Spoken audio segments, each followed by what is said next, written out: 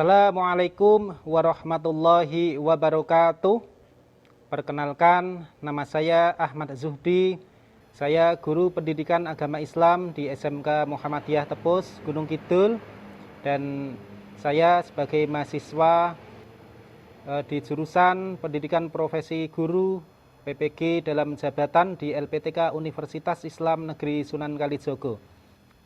Di sini saya akan menampilkan sebuah video praktek pembelajaran bersama para siswa kelas 10 jurusan usaha perjalanan wisata. Berikut videonya. Selamat sore murid-murid. Sore. Alhamdulillah. Bagaimana kabarnya? Alhamdulillah baik. Oke, Pak Guru senang ternyata kalian baik dan sehat ya, dan mudah-mudahan diberikan kesehatan selalu. Baik, oke, sebelum dimulai, tolong disiapkan dulu. Apakah sudah siap semuanya? Sudah. Oke, kalau begitu saya buka dulu. Assalamualaikum warahmatullahi wabarakatuh. Waalaikumsalam warahmatullahi wabarakatuh. Oke, sebelum kegiatan belajar mengajar dimulai, terlebih dahulu kita tadarus dulu ya. Yang pertama membaca surat Al-Ikhlas, kemudian An-Nas, kemudian surat Al-Lahab. Oke, mari kita mulai dari ta'awudz. A'udzu billahi minasy syaithanir rajim. Bismillahirrahmanirrahim. Allahu akbar. Qul a'udzu birabbin nas, malikin nas, ilahin nas, min syarril waswasil khannas, alladzi yuwaswisu fi sudurin nas, minal jinnati wan nas. Bismillahirrahmanirrahim. Tabbat yada abi lahabin wa tab. Ma aghna anhu maluhu wa ma kasab. Sayasla naran dzata lahab. Wa imra'atuhu hammalatal hatab. Fi jidha hablum min masad. Shadaqallahul adzim. Oke, baiklah anak-anak semuanya. Dan sebelum kita lanjut pada materi inti ya, kita nyanyi dulu ya, biar kita bersemangat. Oke, lagunya yaitu Laskar Pelangi. Siap ya? Ya. Oke. Oke, sambil berdiri tidak apa-apa. Yuk.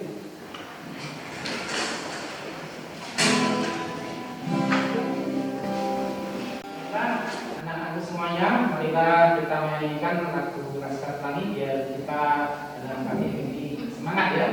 Ya.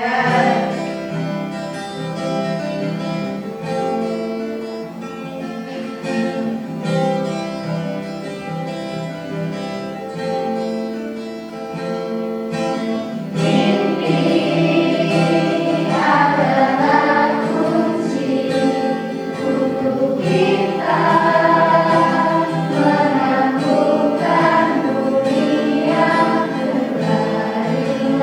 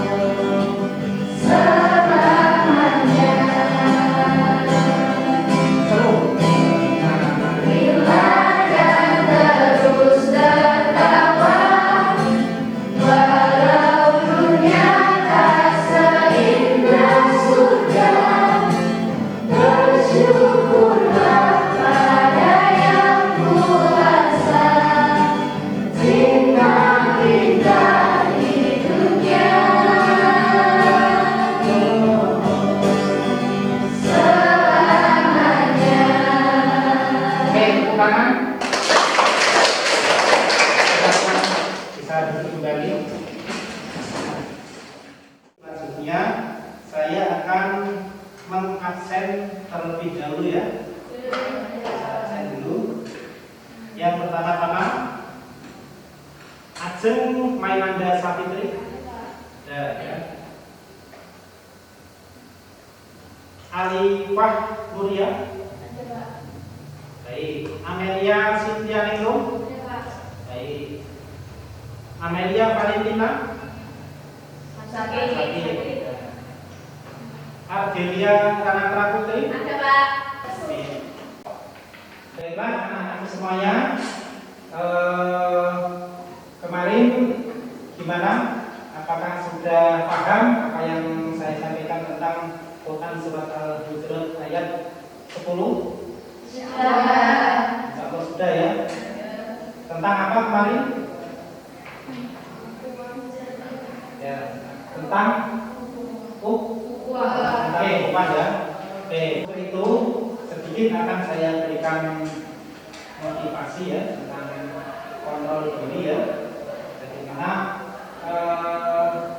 agar kita itu bisa mengendalikan dirinya dengan baik, gitu ya. Seperti apa yang sudah kami sampaikan pada pertemuan berikutnya.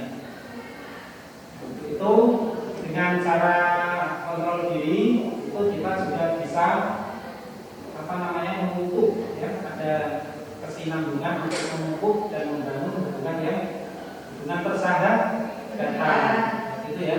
Karena ketika kita mengendalikan diri dari marah itu kita bisa menjaga keharmonisan juga ya antar teman dan antar bahkan yang lebih luas lagi antar sesama umat Islam gitu ya. Jadi untuk tujuan pembelajaran yang akan kita capai saat ini adalah kalian dapat mendefinisikan yang pertama tentang mujahadah nafs, mengontrol diri. Kemudian yang kedua kalian dapat mendefinisikan tentang apa itu husnudon. Kemudian yang ketiga kalian dapat mendefinisikan tentang ukhuwah. Oke, itu ya. Baiklah anak-anak semuanya. Nah sekarang sebelum dimulainya kegiatan inti pada kegiatan belajar mengajar kali ini, silahkan kalian buka HP-nya untuk mengerjakan pretest dari soal yang sudah saya share tadi di grup belajar masing-masing.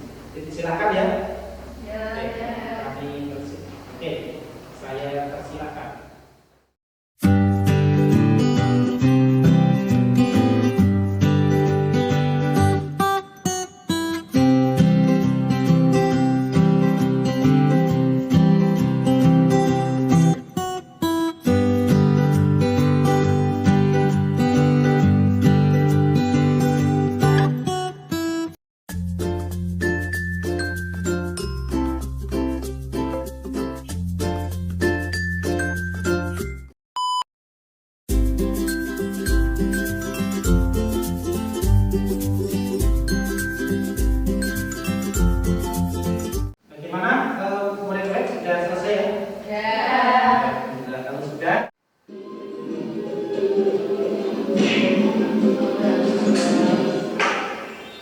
Kisah Nabi Muhammad SAW,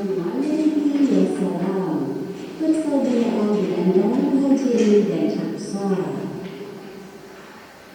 Langkah selanjutnya yang dilakukan Rasulullah SAW setelah membangun sebuah masjid di Madinah adalah mempersaudarakan kaum Muhajirin dan kaum Ansar.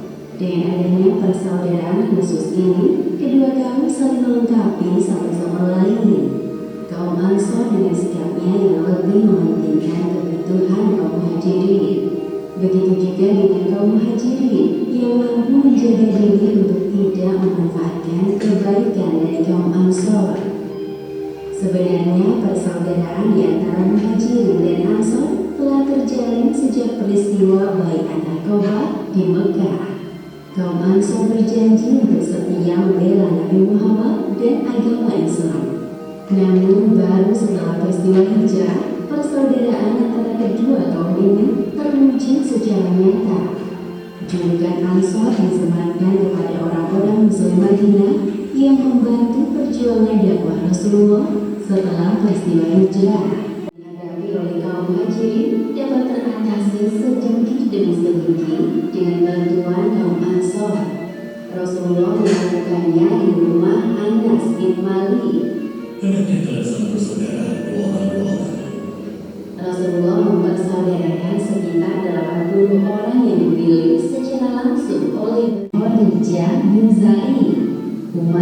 Al-Khattab dipersaudarakan dengan Utsman bin Walid.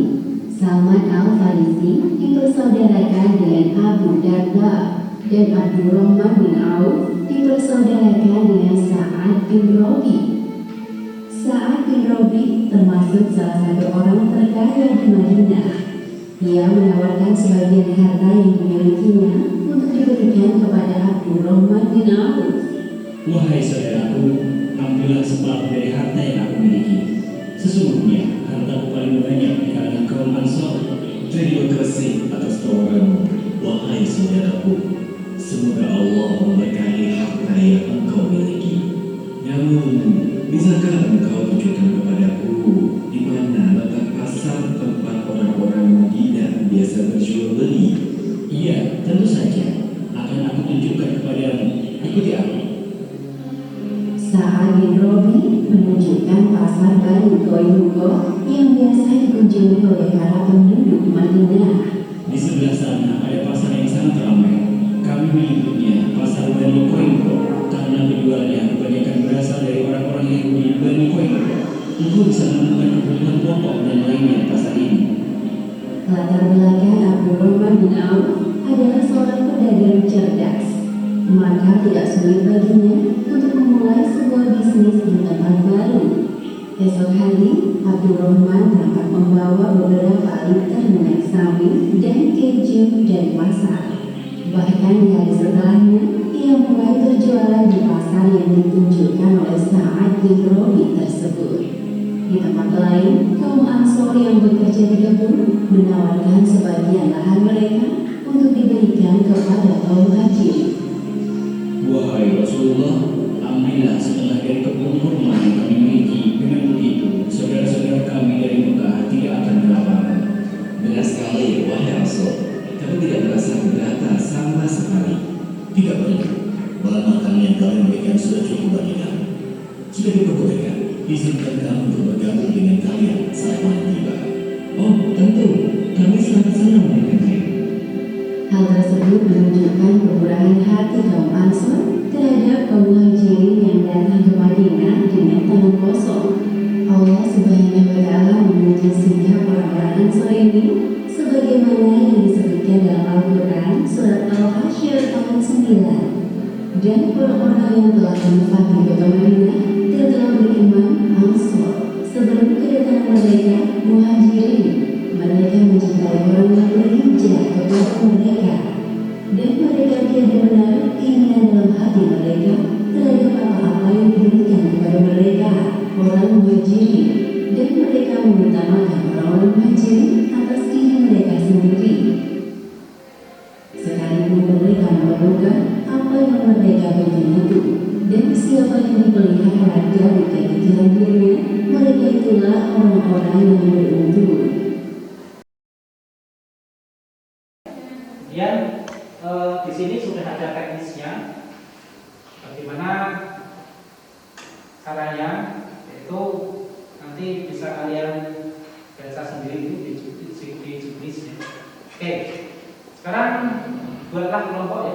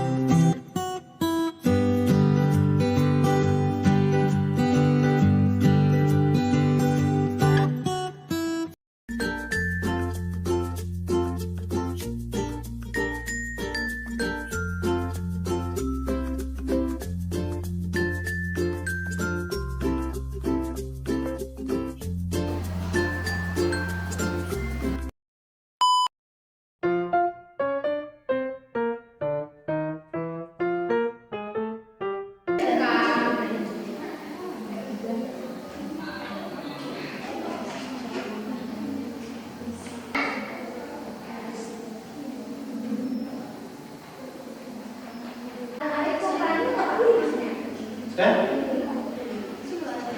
Oke, ada kesulitan? Sudah ada? Oke, ada kesulitan? Tidak ya?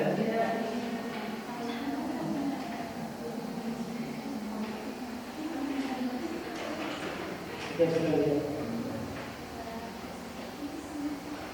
Ini definisi upah ya.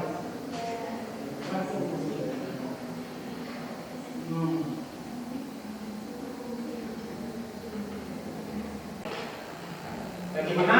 Nah, aku sudah selesai diskusinya? Oke, kalau sudah, coba kalian presentasikan hasil diskusi kalian. Siapa yang mau mempresentasikan terlebih dahulu? Saya, Pak. Oke, silakan dijelaskan secara jelas dan ini ya, dan detail ini ya. Assalamualaikum warahmatullahi wabarakatuh. Waalaikumsalam warahmatullahi wabarakatuh. Saya di sini akan mempresentasikan hasil diskusi dari kelompok kami tentang definisi husnuzon dan manfaatnya. Husnuzon dapat diartikan dengan berprasangka baik. Secara istilah, husnuzon adalah sikap serta cara pandang yang menyebabkan seseorang melihat sesuatu secara positif dan dibekali dengan hati yang bersih, serta tindakan yang lurus. Manfaat atau hikmahnya yaitu menyadarkan manusia bahwa segala sesuatu yang ada di muka bumi berjalan sebagaimana aturan dan ketetapan Allah. Mendorong manusia untuk beramal dengan sungguh-sungguh demi memperoleh kehidupan yang baik di dunia maupun akhirat. Sekian dari saya, bila ada salah kata mohon maaf. Wassalamualaikum warahmatullahi wabarakatuh. Waalaikumsalam warahmatullahi wabarakatuh. Oke, tepuk tangan. Oke, kemudian siapa lagi yang mau mempresentasikan? Saya, Pak. Ya, oke, silakan.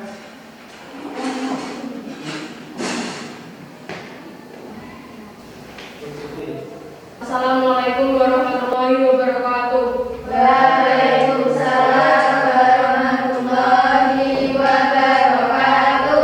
Saya dari kelompok 3 akan mempresentasikan definisi mujahadah an-nafs dan bagaimana cara agar kita bisa mengontrol diri.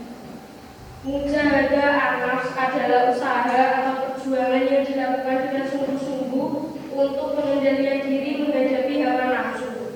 Sedangkan cara agar kita bisa mengontrol diri adalah sebagai berikut: bersikap bijak ketika melakukan tindakan, mengubah sudut pandang, menahan amarah serta mengendalikan diri, dan melakukan hal-hal yang positif. Apakah ada yang bertanya?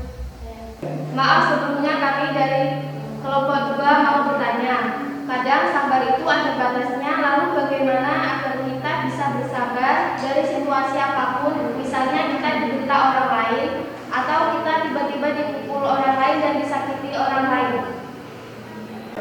Untuk jawabannya akan kami diskusikan terlebih dahulu.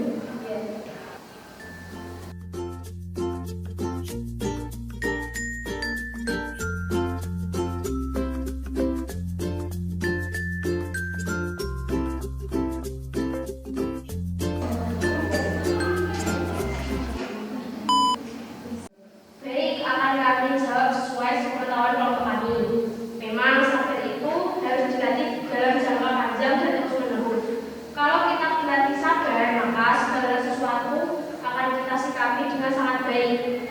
Maka jika kita dibentak atau dimarahi, kalau kita salah sudah terbiasa sabar. Insya Allah kita sudah mampu mengendalikan diri kita sendiri. Sesuai hadis Nabi yang isinya bahwa orang yang kuat bukanlah orang yang pandai berbulat, tetapi orang yang kuat adalah orang yang mampu mengendalikan diri ketika marah. Maka kita sebagai orang muslim, kita harus melatih diri kita untuk selalu bersabar dari setiap persoalan. Apakah penjelasannya sudah jelas? Sudah. Baik, sekian dari kelompok kami. Bila ada salah kata mohon maaf. Wassalamualaikum warahmatullahi wabarakatuh. Waalaikumsalam warahmatullahi wabarakatuh. Baiklah, anak-anak semuanya. Oke ya, dari hasil diskusi kalian coba kalian untuk menganalisa proses pemecahan masalah. Siapa yang mau menyimpulkan menyimpulkan? Ya, dari kelompok berapa? Dari kelompok 2. Dari kelompok 2. Oke, silakan. Sudah sambil berdiri. Hasil analisa proses pemecahan masalah setelah penyampaian video atau slide presentasi, kelompok kami berusaha untuk memecahkan masalah dengan cara membuat pertanyaan seputar sebab-sebab terjadinya tawuran para pelajar. Akan tetapi, kami kesulitan dalam menganalisa dengan pemikiran sendiri. Akhirnya kami berusaha untuk mencari referensi berbagai macam solusi di internet. Terima kasih.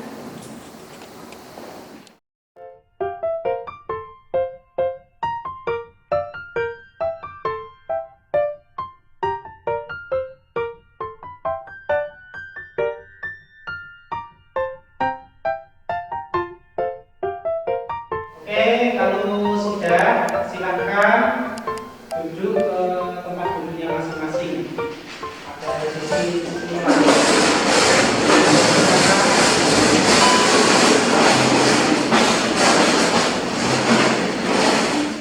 Baiklah, anak-anakku semuanya, dari kegiatan belajar mengajar yang sudah kita laksanakan kali ini dengan cara diskusi dan pengumpulan informasi di internet. Siapa yang mau merefleksikan dari hasil belajar mengajar? Siapa? Oke, Kak Bilan, silakan. Assalamualaikum warahmatullahi wabarakatuh.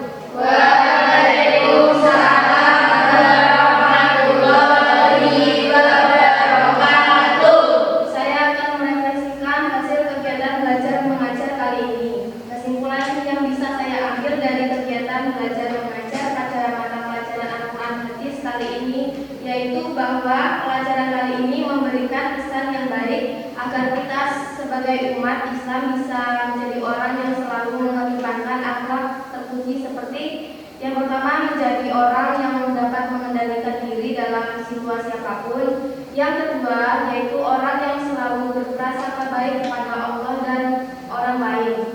Dan yang ketiga yaitu orang yang selalu mengedepankan persaudaraan atau ukhuwah Islamiyah apalagi di saat adanya perbedaan paham atau pendapat. Itulah refleksi dari saya. Wassalamualaikum warahmatullahi wabarakatuh. Waalaikumsalam warahmatullahi wabarakatuh. Baik, oke. Alhamdulillah, bagus sekali ya tadi refleksi dari Mbak Yulan dari kegiatan belajar mengajar kali ini. Baiklah, anak-anak semuanya, untuk itu sedikit saya akan berikan penjelasan materi tentang apa namanya tadi mujahadah, kemudian husnuzon sama ukhuwah. Jadi pada intinya mujahadah nafs itu adalah kontrol diri ya, bagaimana cara kita menjaga diri dengan baik dari situasi apapun atau keadaan apapun. Kemudian yang kedua, bagaimana kita dapat berperilaku apa? Husnuzon pada orang lain atau apa husnuzon itu? Prasangka baik. Prasangka baik. Oke. Caranya gimana? Prasangka baik itu ada yang bisa jawab? Oke, jadi prasangka baik itu positive thinking ya, positive thinking lah. Jadi misalnya kita selalu berpikir yang positif terhadap orang lain, gitu ya. Jadi tidak berpikir negatif. Kemudian yang ketiga apa? Ukhuwah atau membangun persaudaraan atau yang namanya ukhuwah Islamiyah seperti itu. Oke, kira-kira dari sini apakah ada yang belum jelas? Insya Allah sudah jelas. Apakah ada yang perlu ditanyakan? Tidak. Ada. Oke. Alhamdulillah. Amin. Kalau tidak ya kita tutup ya. Tapi sebelum tutup saya akan share dulu sebuah link untuk mengevaluasi ya, untuk mengevaluasi pembelajaran saya. Apakah pembelajaran ini sudah baik atau belum dan bisa apa namanya? Bisa memberikan kalian pemahaman yang puas atau belum, itu ya. Nanti kalian evaluasi pembelajaran saya, kalian nilai ya, biar besok KPM-nya itu lebih naik lagi ke depannya, sehingga tujuan pembelajaran bisa tercapai dan hasil kalian belajar juga bisa memuaskan gitu. Oke, kemudian untuk materi besok kita akan mendapatkan Quran surat Al-Hujurat ayat 10. Gitu ya? Oke, sudah siap? Apakah kalian sanggup? Oke, sanggup ya. Oke. Karena waktunya sudah habis, kita tutup saja. Oke, tadi apa yang saya sampaikan itu nanti kalian temukan sendiri di rumah masing-masing agar kalian menjadi pribadi yang baik. Dan jangan lupa untuk menghafalkan Quran surat Al-Hujurat ayat 10. Dari sini saya cukupkan dan marilah kita tutup pembelajaran kali ini dengan membaca surat Alhamdulillah bersama-sama. Alhamdulillah.